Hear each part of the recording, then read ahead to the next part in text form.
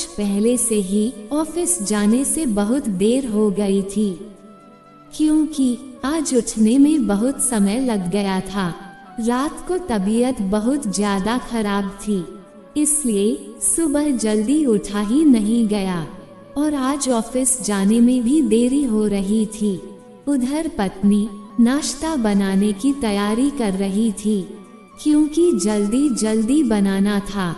घड़ी को देखकर ऐसा लग रहा था कि जैसे घड़ी के भी पैर लग गए हैं और वह बहुत तेजी से भाग रही है। जब भी समय कम होता है, हमेशा ही घड़ी बहुत तेजी से चलती है। जब सब कुछ तैयार हो गया तो अब सोचा चलना चाहिए, क्योंकि 15 से 20 मिनट की देरी तो पहले ही हो गई है और बाकी रास्ते में भी अगर जाम मिला तो वहाँ भी कुछ न कुछ समय तो लग ही जाएगा। जैसा कि हमने सोचा था, बाहर निकलते ही जाम लगा हुआ था। अब इस जाम से बचने के लिए ही सुबह जल्दी निकल जाता था। अब कुछ भी नहीं किया जा सकता था, क्योंकि अब तो समय निकल चुका था। तभी सामने से एक बूढ़ी औरत आ रही थी। शायद वह एक भिखारी थी। वह भीख मांग रही थी। कुछ लोग उसे कुछ दे रहे थे और कुछ नहीं दे रहे थे। वह भिखारी मांगती हुई आगे बढ़ रही थी।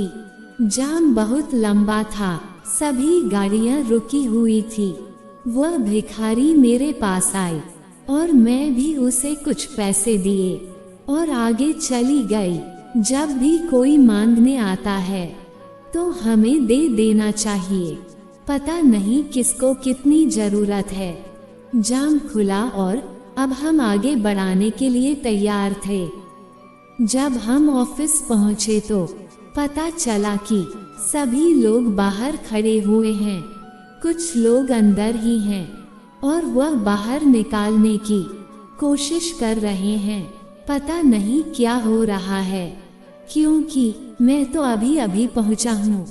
तभी मेरे एक दोस्त ने बताया है कि आज सभी लोग समय पर थे और तुम बहुत लेट हो गए थे। कुछ देर बाद ही बिल्डिंग में अचानक ही तारों में शांत सर्किट हो गया और वायर जलने लगी। बड़ी मुश्किल से सभी लोग बाहर निकाल पाए हैं।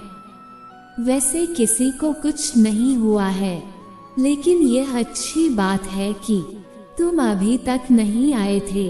हमारे बॉस भी अभी पहुँचे हैं और उन्हें जब ये पता लगा तो आज सभी को उन्होंने बाहर ही रहने को कहा है। इसलिए तुम्हारे बारे में बॉस को पता नहीं चला है कि तुम लेट हो गए हो।